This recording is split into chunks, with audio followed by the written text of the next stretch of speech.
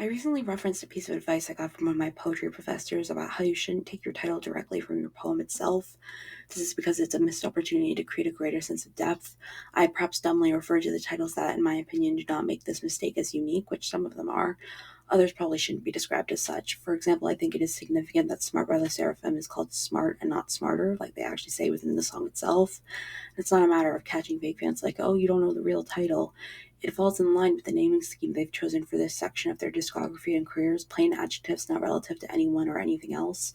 Another example of this could be scientist versus science, the former maintaining a holistic perspective versus the feels, which unofficially acted as the pre-release to that song. But I'm often not super satisfied with the actual titles of K-pop songs because there's no actual indication it was a decision that involved serious thought. This then got me thinking about making a video where I renamed title tracks, but I wasn't sure where to start if I'm being honest. If not for Chojimi, I probably would have let this idea disappear into the depths of my mill note boards. But with his vote of confidence, I hoped I could make things work. Thank you so much. It can honestly be hard to title things you wrote yourself, and you know exactly what it's about. I mean, ideally speaking. I have the memory of a goldfish, so sometimes my own writing is extremely confusing. All I can really do in this video is speak to my experiences with these songs and what I think it makes sense to highlight.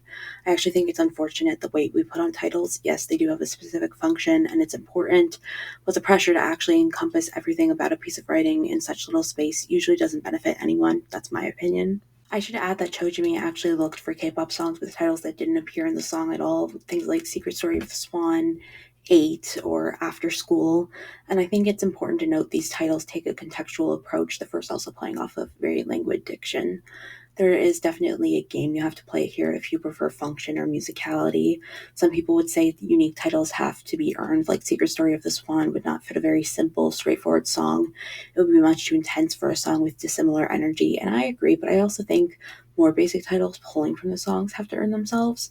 I think Talk That Talk is probably the best example with the specificity of that, dancing around exactly what they mean despite making clearer allusions at the exact same time. That was a lot of rambling to get to the meat of the video. The titles I completely made up. Now I figured we could start with one where my title definitely sounds like a poem. It doesn't really sound like a song, but maybe that's less indicative of my failure than another question I have about titling conventions.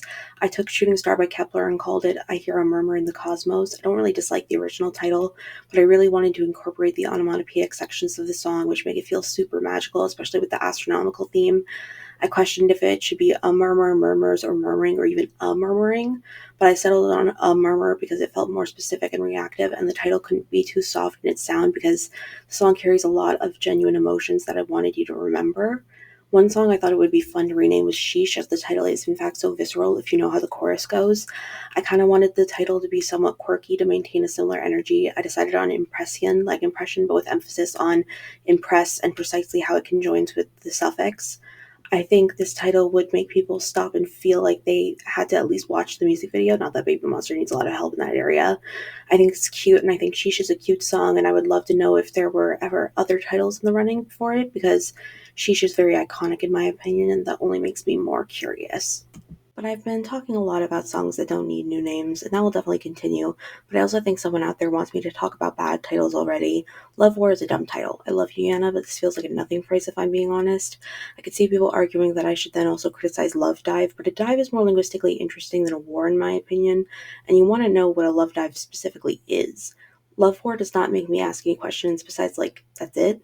Don't get me wrong, I like the song, but it would simply pack a bigger punch with a different name. I propose in the before aftermath. It has to do with war, but it plays with the timing of things, similar to the song, and also how we frame our thoughts about war and peace and how these are things that implicate heavier language. Back to the positive, I do think Sweet Juice is a cool title, but if I was to suggest something else, I thought of Pulp or No. That's a question.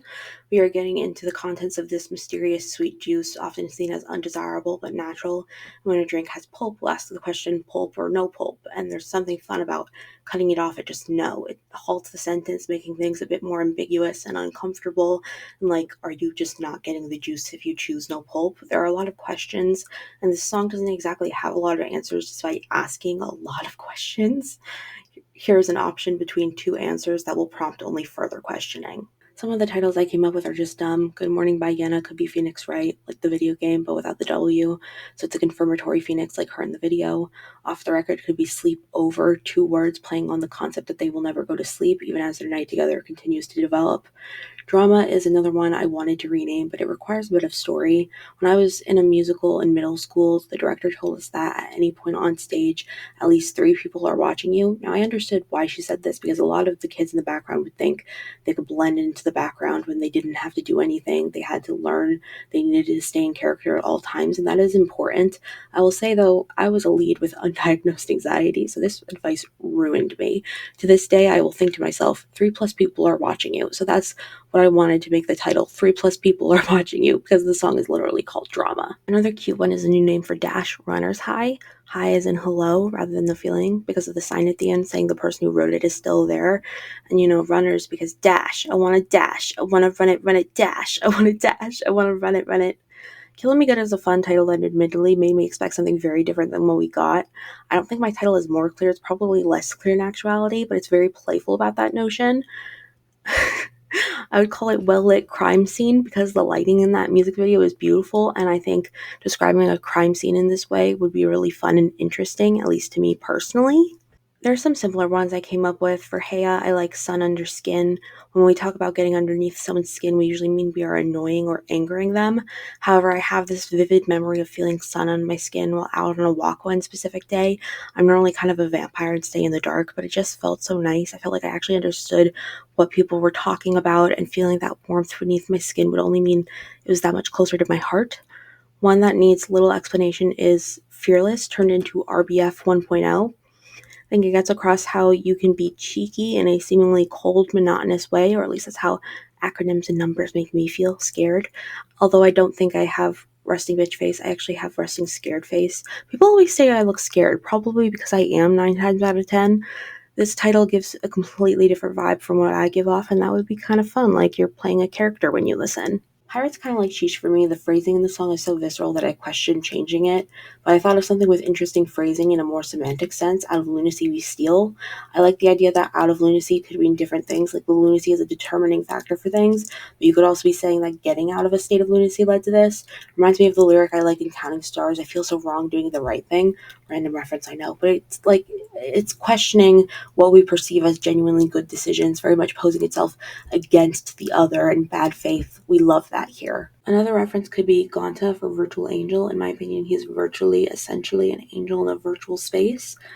I could make a lot of jokes that probably only a few people would understand, but I will exercise self-control.